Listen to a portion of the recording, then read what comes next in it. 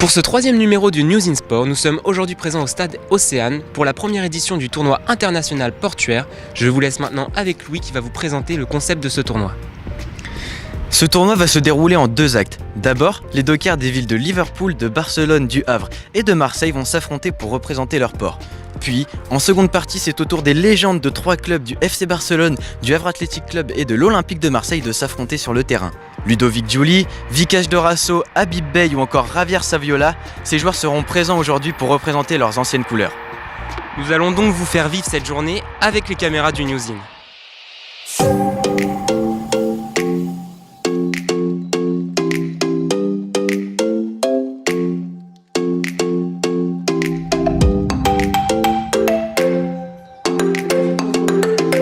En ce beau samedi ensoleillé normand, les premiers à entrer sur la pelouse du stade Océane sont les légendes barcelonaises. Le temps de se remettre en jambes et de reprendre des automatismes qu'on leur connaît, c'est un échauffement très sérieux pour les camarades de Ludovic Giuli.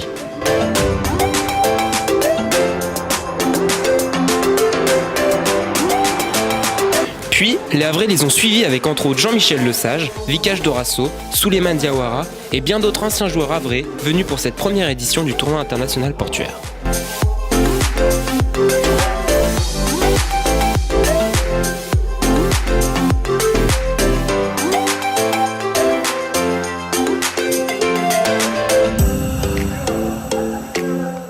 À leur arrivée dans l'antre havraise pour le début du match, les Barcelonais ont eu droit à l'hymne qui les accompagnait lors de leurs entrées au Camp Nou, stade du FC Barcelone.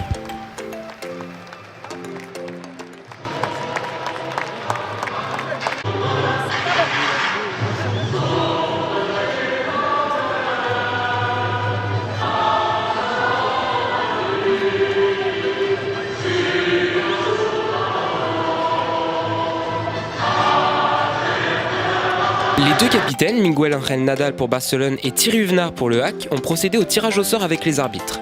Le capitaine havrais du jour est par ailleurs coach des féminines du HAC qui accéderont dès l'année prochaine en division 2 féminine après une saison formidable.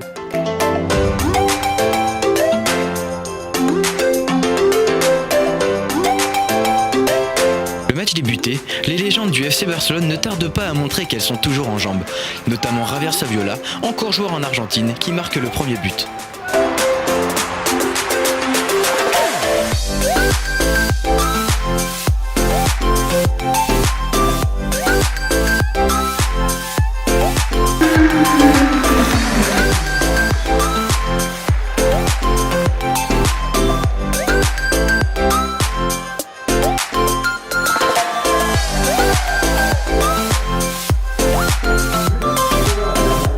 Les Havrais tenteront de résister avec un but inscrit juste après, mais le buteur argentin Javier Saviola en décidera autrement en inscrivant un second but dans cette rencontre.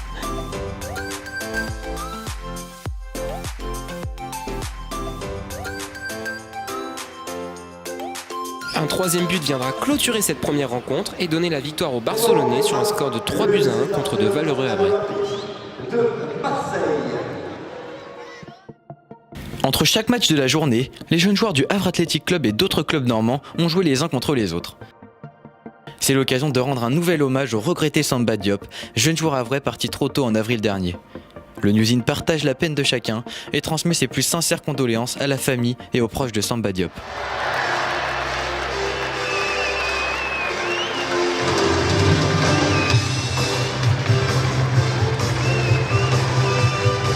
Le second match accueillait une nouvelle fois les Barcelonais sur la pelouse, mais pour affronter cette fois-ci les légendes de l'Olympique de Marseille. Sous le célèbre air de Van Halen qui les accueillait habituellement au Vélodrome, c'est un stade Océane acquis aux couleurs marseillaises qui a applaudi les collègues d'Habib Beye et de Basile Boli.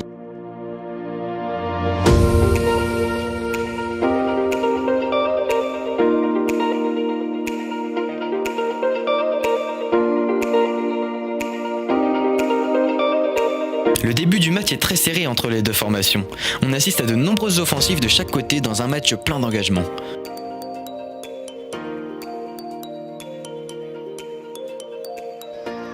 Les légendes de l'OM vont vite se procurer plusieurs occasions.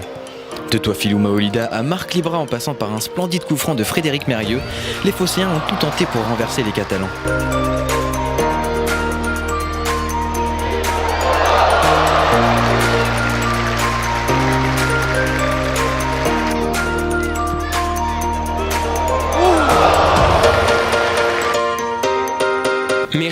ça ne voulait pas rentrer pour les Marseillais. Face à l'aisance technique espagnole, les légendes de l'OM craqueront.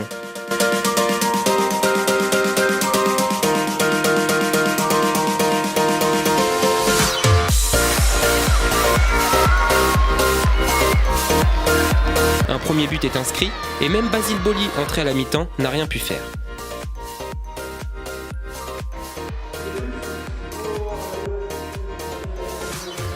Les buts s'enchaînent pour les Barcelonais. À 3-0, la présence de Basile Boli au corner rappelait à beaucoup ce soir de 1993 où le défenseur tricolore avait délivré les siens en remportant la Ligue des Champions.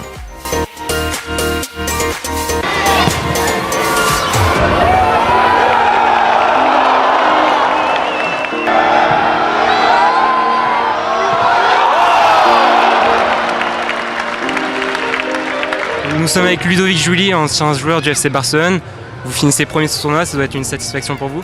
On est content, ça s'est bien passé, une belle journée. On est content de jouer contre Le Havre et Marseille aujourd'hui, ça s'est très bien passé. Voilà, on est content de gagner ce premier tournoi en espérant qu'il y en ait d'autres. C'est aussi l'occasion de retrouver des anciens coéquipiers? Ouais, on est content de se retrouver. Ça fait des années qu'on a arrêté le ballon et dès qu'il y a un match ou un moment où on peut se retrouver, c'est toujours avec plaisir.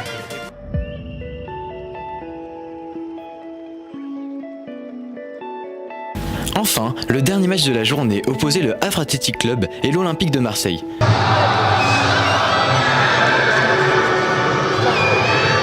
Deux clubs aux bonnes relations étant donné des échanges entre les deux entités. Benjamin Mendy, Steve Mandanda, Brice Samba ou encore Souleymane Diawara sont passés du HAC à l'OM au cours de leur carrière.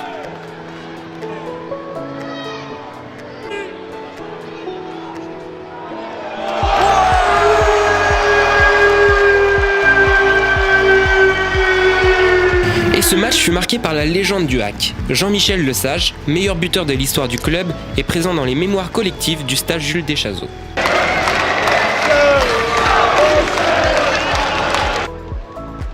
Il a d'abord inscrit un superbe coup franc dans cette rencontre, mais le match continue et les Marseillais ne lâchent rien.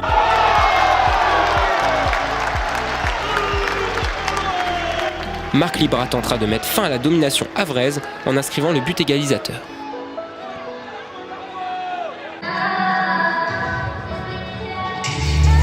À la mi-temps et comme à chaque pause de cette journée, les danseuses des Black Unit performaient sur la pelouse en attente de la seconde mi-temps.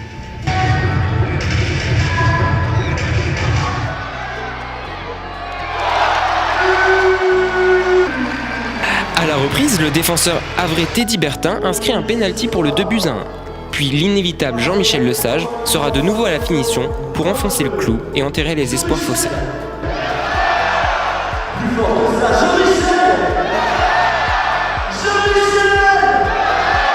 Donc nous sommes maintenant avec Jean-Michel Lesage. Vous êtes considéré comme une légende ici. Quel est votre ressenti quand vous revenez ici? Une grande fierté de revenir au Havre pour des matchs comme ça, c'est très intéressant. Et puis le public m'accueille toujours avec une grande ferveur et je les remercie à chaque fois que je viens.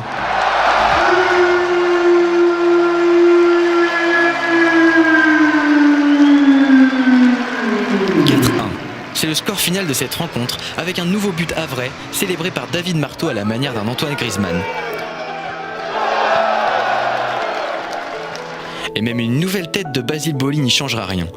Les Havrais s'emparent donc de la deuxième place de ce tournoi, derrière les Barcelonais et devant les Marseillais.